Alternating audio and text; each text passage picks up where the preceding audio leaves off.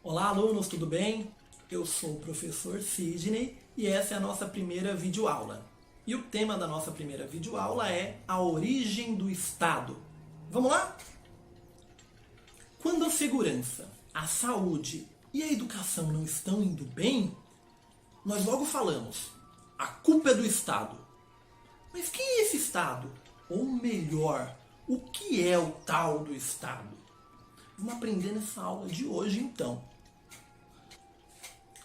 Há mais ou menos 12.000 anos, após algumas mudanças ambientais, em uma região chamada Crescente Fértil, essa região aqui, ó, que vocês estão vendo no mapa, que fica mais ou menos entre o atual Egito e o atual Iraque ali, nessa região é chamada de Crescente Fértil.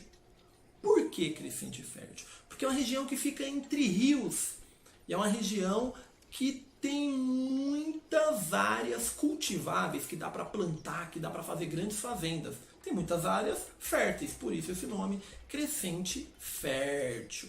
Então, após essas mudanças ambientais de 12.000 anos atrás, mais ou menos, alguns povos passaram a viver em alguns locais específicos.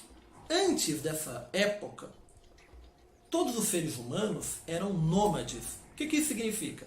Eles iam de um lado para o outro o tempo inteiro. Eles ficavam sempre mudando, migrando, atrás de sobrevivência. Quando acabava, por exemplo, os frutos que eles colhiam nessa floresta aqui, eles iam para outra floresta mais longe. Quando acabavam os peixes desse lago, eles iam para um outro lago mais longe. Então eles viviam sempre mudando. Por isso esses povos eram nômades.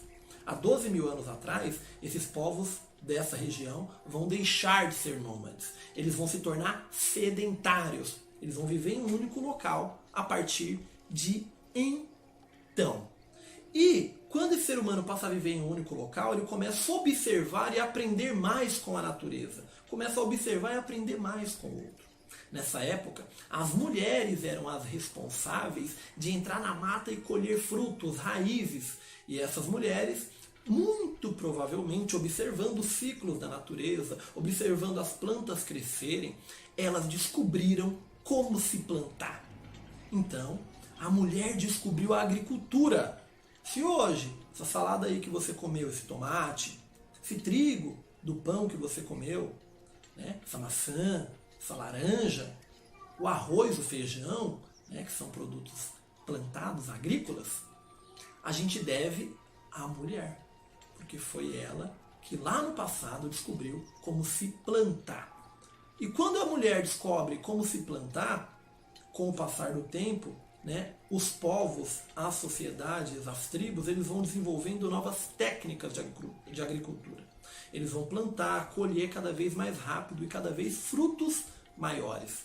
E com o passar do tempo, eles vão aumentando as suas áreas de plantação, então eles vão precisar de territórios cada vez maiores. Então a gente vai ter início aí o surgimento da propriedade privada. Então alguns grupos vão falar, opa, essa terra agora é minha. Antes da agricultura não tinha essa dessa terra é minha. O ser humano ia lá, consumia tudo que tinha e mudava, a terra não era dele. Então não tinha a ideia da propriedade privada. Então quando o ser humano desenvolve a agricultura e começa a precisar de mais terra, ele vai falar, opa, essa terra agora pertence a mim, pertence ao meu grupo. Então vai surgir aí a propriedade privada, vai surgir agora o meu. Antigamente era o nosso, depois surgiu, a partir desse momento surge o meu, a propriedade privada. E com o passar do tempo, essas comunidades que vão cada vez ocupando mais terras, elas vão crescendo, vão nascendo mais pessoas, elas vão anexando outros povos para começar a viver ali.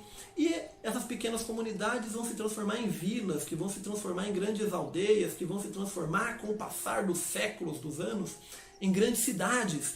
E com o passar de mais tempo ainda, algumas delas vão se transformar em grandes impérios, como o Império Egípcio e como o Império Babilônico na Mesopotâmia. E quando as sociedades que eram pequenas começam a crescer, vão precisar agora do quê?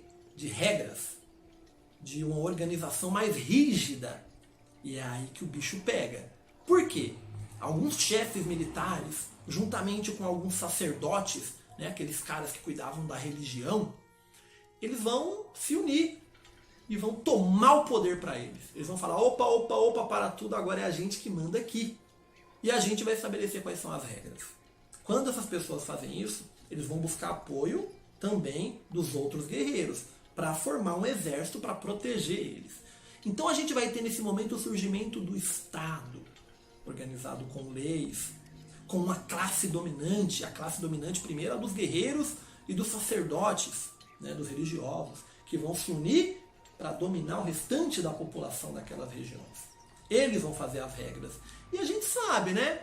Quem faz as regras não faz regra para beneficiar o outro. Faz regra para beneficiar a si, ao seu grupo. E foi isso que aconteceu lá no passado, há milhares de anos atrás, na região do Crescente Fértil. E esses grupos dominantes que se tornaram a elite, eles com o tempo se tornaram, né, muito poderosos e foram conquistando outras regiões. Né? E assim esses primeiros estados que surgem aí, que vão explorar outras pessoas, que vão explorar outros grupos, vão escravizar, vão cobrar impostos. Então esses primeiros estados, eles não garantiam liberdade, não garantiam bem-estar para a população, não garantia hospital público, não garantia escola, não garantia. Ele só cobrava, ele pouco dava para a população. Então era um Estado que explorava muito a sua população. A gente sabe que o Estado hoje explora muito. A gente tem uma escola pública porque o povo lutou e conquistou para ter. Porque as primeiras experiências de Estado, lá no passado, há milhares de anos atrás, não existia nenhum tipo de garantia, não existia nenhum tipo de bem-estar, não existia nenhum tipo de direito para a população, principalmente a população pobre. E essa elite que controlava esse Estado explorava essa população mais pobre, obrigando muitos a trabalhar durante uma boa parte do ano nas obras do Estado. Né? No Egito isso acontecia com muita frequência, no Império Inca, aqui nas Américas, também aconteceu isso bastante. Hoje, a gente trabalha 4 meses para pagar de imposto para o Estado. Só que uma parte desse dinheiro a gente vê retornando, né? Com alguns serviços públicos. A gente sabe que a maior parte não vem. Uma parte vem, a outra parte não vem. Por isso que a gente tem que ter consciência e cobrar melhor os governantes para que aquilo que a gente pague de imposto volte em serviço público. Porque lá no passado as pessoas já viveram experiência de estados repressores, estados autoritários, que não davam nenhum tipo de liberdade para a população. E a gente aprendeu com a história que a gente não quer mais isso. Que a gente quer um Estado que garanta os direitos, garanta as liberdades, garanta uma escola boa, garanta um posto de saúde bom, asfalto legal na rua, garanta esporte, cultura e lazer. A gente quer isso do Estado. Porque o Estado, ele está aí para amparar, para dar condições para que as pessoas consigam viver com dignidade. Então, quando a gente olha lá para trás, para as primeiras experiências de Estado, a gente aprende aquilo que a gente não pode deixar acontecer novamente, que é um Estado autoritário, que explora a população e que não dá nenhum tipo de garantia de direitos para essa população. Tá bom? Então a origem do Estado, a gente voltou lá atrás e viu como tudo isso aconteceu. Espero que vocês tenham aprendido um pouquinho com a aula. Tá? Desejo felicidade a todos e até a próxima. Qualquer dúvida, só me chamar pelos canais de comunicação do WhatsApp. Tá bom? Tchau!